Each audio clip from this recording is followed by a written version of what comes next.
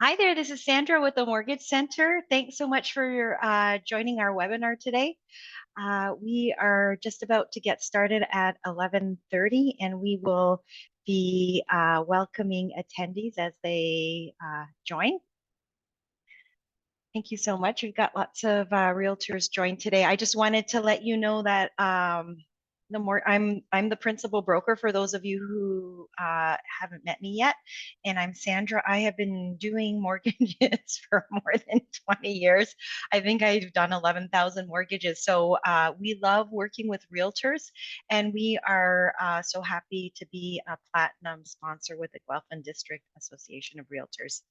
And we're just about to get started. So again, thank you for everyone who is joined us, and we've got lots of realtors scheduled today to join us. It's just almost 11:30. And I also want to congratulate the realtors who have been early and on time. Uh, One of the things that we're going to talk about today as a part of the Mortgage Center's education series, and we do these webinars on a regular basis, on a monthly basis, because we really believe that when the realtor and the mortgage professional are working together, it benefits the people who are buying and selling. And so one of the philosophies we have at my office is like, make sure we always are asking our buyers and sellers to do email introductions or introductions to their realtor. And just so we can kind of keep the communication lines open, because we can't do it without realtors, and realtors can't put together a good offer without knowing how the financing is going to work for their clients. So we will get started in a couple of minutes.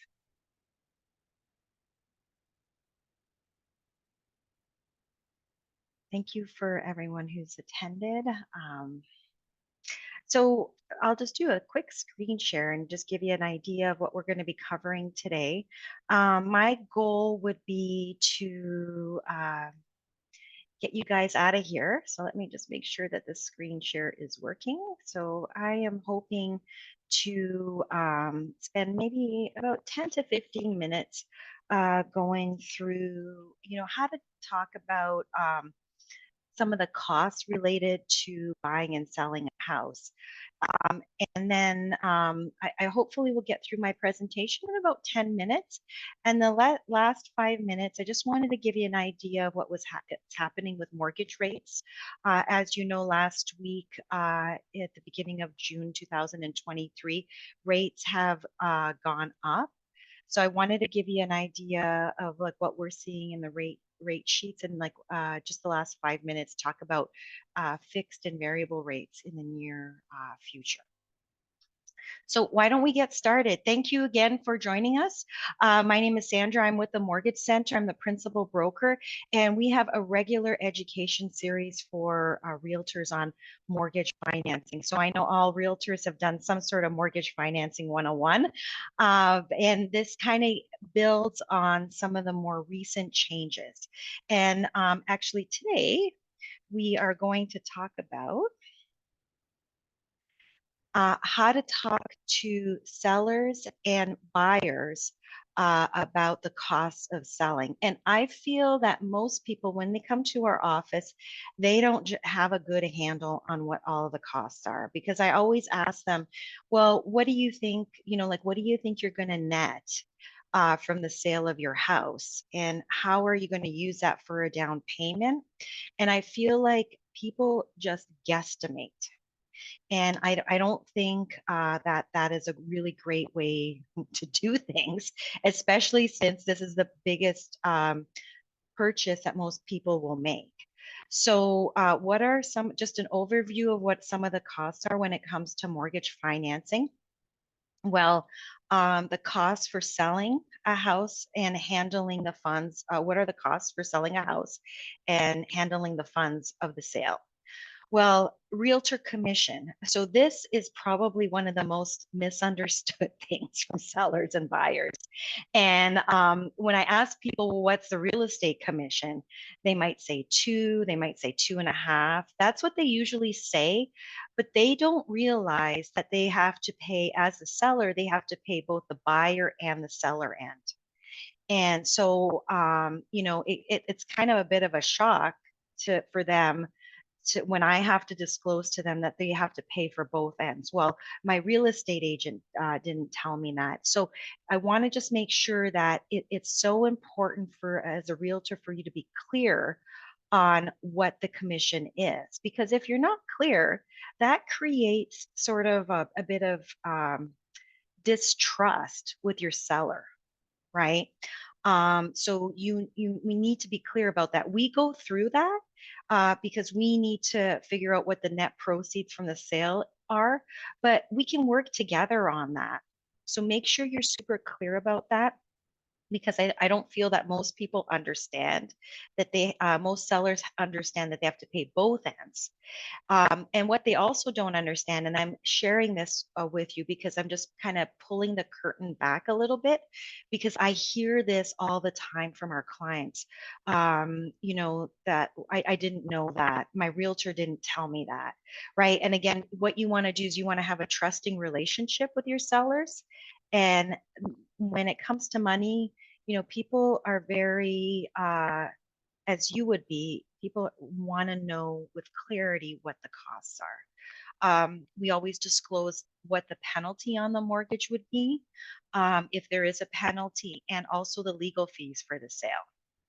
And then when people are buying, like some of the holdbacks, we need to make sure that after they've sold their house, they have enough for moving costs. Many people pay out debts.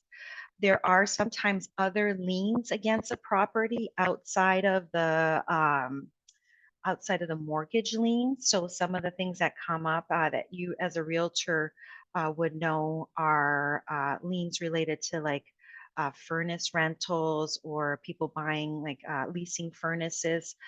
There are sometimes CRA, Canada Revenue Agency, liens for outstanding income taxes. So we also need to get a clear picture of what that would be. Sometimes the liens are unexpected. So we have a tool called Purview that shows us all of the liens against the property when they're selling. And then a lot of people, depending on what they're going to do, they either hold cash back from the sale of their home for renovations, or just even for savings. So again, some of the costs for buying. So we just looked at some of the costs for selling, um, and talking a little bit about the holdbacks, or what clients would want to reserve from the sale of their home. Costs for buying are legal fees. In a 99% of the cases, we are seeing costs for appraisal requirements. It's funny, I just had a call with a client yesterday who was buying a house, and he said, didn't doesn't the bank or pick up the cost for an appraisal? And I said, well, when was the last time you did a mortgage? And he said, oh, I did a mortgage like back in like 2018. No financial institutions are picking up the cost for a full appraisal. Sometimes an auto valuation is sufficient depending on the location of the property. Uh, but in 99% of the cases, a cost for an appraisal. And we always budget for an appraisal about $600. The provincial land transfer tax, and then I'd say 40% of the people that we're seeing right now require some sort of alternative financing. So that means not a bank or prime lender. So if your client, even if your client is buying and selling and has a mortgage with RBC or Scotia, when you port that mortgage, they have to requalify. So, and because of the high stress test rates right now, because rates are fairly high, many clients require alternative lending, primarily because of extended ratios. So so a lot of the time, the cost for buying, there is a lender and a broker fee. As a mortgage broker, we do mortgages for TD and Scotia, for example. We also have access to credit unions and wholesale banks. So again, if your client has a TD or a Scotia or a bank mortgage, we can likely help port that mortgage to the next house that they are buying, but they will get discouraged if they've gone to their bank and their bank has said, well, we can't do the next purchase because you don't qualify under the new rules. So, and then that kind of sets the seller in motion for not wanting to sell. And then all of that hard work that you've done goes out the window. So I would recommend that if you do have a client and you have a feeling that they may have a hard time qualifying or even just porting that mortgage, send them to us first, because if we can get approved, if they can get approved through a bank or a prime lender, we will take care of that for them. And if they can't, at least they have a good alternative and they don't feel discouraged. Some of the common objections that we get, and again, I'm sharing this with you because I'm pulling back the curtain for you. Um, Most buyers and sellers, as I had mentioned, don't have a clear understanding of how much money they will net or need to cover the costs. And what they're always thinking is, well, real estate commission, the lowest is the best, right? And on my side, for the penalty, no penalty is the best. And as you know, this is not always true. So one of the things I'm finding is that because we are sometimes porting alternative loans that might be at 6 or 7%. So paying a penalty is worth it. But sometimes when you port a mortgage, you cannot adjust the amortization either. So a short amortization, if you have to port that mortgage, even if the rate is lower, might not be what the client needs because of the economy and sort of cash flow. Most people want a lower payment. So sometimes porting the mortgage doesn't make sense, and paying the penalty on the mortgage to readjust the payment schedule works better for the borrowers or the people that are buying and selling. So one of the tools that we have is a really great buy sell spreadsheet. And I wanted to show this to you because it's designed especially for realtors, and we use it as a tool for all of the clients that we meet. So let me just double check this and make sure that you can see this. So it's just a simple Excel spreadsheet, and I love it because it's straightforward and simple. And here is a typical example for clients who are working with us, who are selling their house and buying. So these clients on this side, we see sort of the sale calculations. And on this side, we see the purchase calculations. And then here are some assumptions, and you can adjust this. So for example, these people, they're selling their house for $750. They have a mortgage of about $237,000. The really great thing about this spreadsheet is it automatically calculates the real estate commission and the HST based on assumptions. There's always about $1,000 for the legal fees. And you know what? Sometimes clients might encounter a penalty.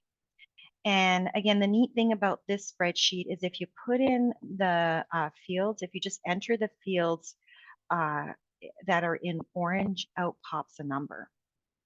And then we always tell people to set aside about $10,000 for moving expenses.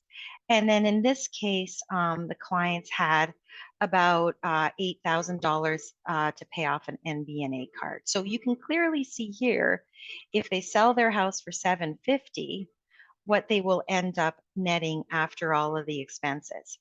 And I mean, you can adjust the numbers and you can say, okay, well, if we sell the house for 800,000, the numbers automatically calculate. And if we sell the house for 725, the numbers automatically calculate. So they're left with about 425. So it's really cool because when we just go through this, we can include your real estate commission and the HST, right? So again, let's just assume these guys are selling the house for 775. Okay. So in this case, these people wanted to buy for about 975,000, and they certainly could qualify for that. And what we estimated for them was that an ideal down payment would be about 44%, which was about 429,000. So they would end up with a mortgage of about 546. And again, what I love about this calculator that's so straightforward, it actually shows automatically calculates the land transfer tax on the purchase and also the estimated legal fees on the purchase. And this also kind of gives people an idea of what the mortgage payments would be based and also any net proceeds or shortfall.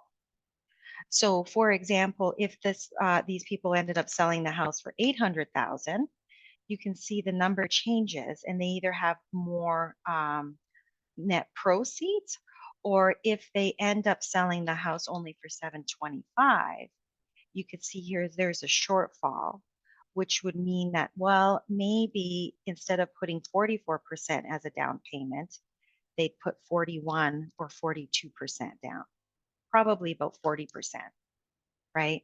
That's still going to give them a little bit of wiggle room. So this is a really great tool that we'd be happy to share with you. Okay. So that is the end of sort of this presentation around buying and selling and helping you as a realtor explain the costs. We are happy to share this tool with you. All we would ask is if you just do a Google review about the services that we provide or the webinar, we love feedback. We will send you a copy at no cost. And I keep an eye out on Google reviews. So if I see that you've done a Google review, I'll just reach out to you and I'm happy to email that presentation to you. Okay, and then I just wanted to spend the next couple of minutes giving you an idea of just changing gears a little bit and giving you an idea of what's happening with mortgage rates. If you haven't already downloaded our the Mortgage Center, we have an excellent app that you can download from our website. And if you can see here, this is our website. And right in the top right-hand corner, if you just click on that, you can download our app on Google Play or for your Android or at the Apple Store at no cost to you. And it's a really great tool and it actually updates. We update the rates in real time. You can run scenarios for yourself. It's excellent. So that would be one thing that I would encourage you to do as a realtor. If you haven't downloaded the app, please do so. It's really great. You can actually even run pre-approval certificates for your borrowers. Remember, they cannot put an offer on a house with that. But so here we go. So reason why First National Financial, we love working with them. And they're not the only wholesale bank that we work with. We do mortgages for MCAP, RMG, you name it, we can access it. And just a reminder, we also do mortgages for banks like TD and Scotia. So the reason why I'm showing you this rate sheet, just as a reminder, you can see here there are different categories and you can sort of see what's happening with mortgage interest rates. And these are just for the 5-year fixed rate. And then you've got adjustable rate mortgages or variable rate mortgages, and P stands for prime. And so in this case with First National, you're at prime minus 90. And the prime rate right now is 6.95%. Okay, so in this category, this is mostly for your first time home buyers or people who are self-employed and require a stated income. So First National, they have a really excellent program for self-employed people who have excellent credit, where we can state what's reasonable for their income if they've been employed as a self-employed person for 2 full income tax years. So this is really great for your purchases, for people who are professionals who show low taxable income on their personal T1s. But in reality, it's an accounting thing, right? So you can see here, high ratio insured mortgages is where you're getting the best rates. And a lot of people have a hard time understanding, well, if I've got less than 20% down, why are the rates better? And that's because the mortgages are insured. In this category, you could see they're looking for people with excellent credit. So uh, at Equifax, Beacon, or FICO scores is what we use for mortgage financing purposes. TransUnion is no longer valid for most financial institutions because their algorithms don't show the full profile, the full financial payment history for all of the normally for everybody's liabilities. And you can kind of see here these are for people who are buying something with less than 1 million, so purchase of under a million, and require a 25-year amortization, because these mortgages can be back end insured. That's what insurable means. And this last part here is for people who require refinances or 30-year amortizations.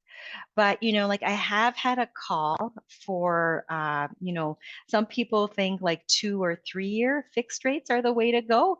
But you can kind of see here right now, the 2, 3, and 4 year fixed rates are quite a bit higher than the 5 year. And people say, well, why is that? Well, because the forecast for inflation over the next couple of years is higher, right? And we're probably in a time where rates are going to be between 4.5, 5.5, or 6%. That's just a reality. What you might see is that the housing market will probably cool. You won't have as many multiple offers just because of affordability. So that's it for today. I just wanted to thank you so much for joining us. We will be posting this webinar on our YouTube channel, the Mortgage Center Guelph. And I also did want to remind you that if you loved joining us today and appreciate the information and would like to get a copy of the buy sell spreadsheet, please just go Google the Mortgage Center Guelph, do a Google review, and I'm happy to share that spreadsheet to you at no cost. Okay, thank you so much. Have a great day, and go sell a house.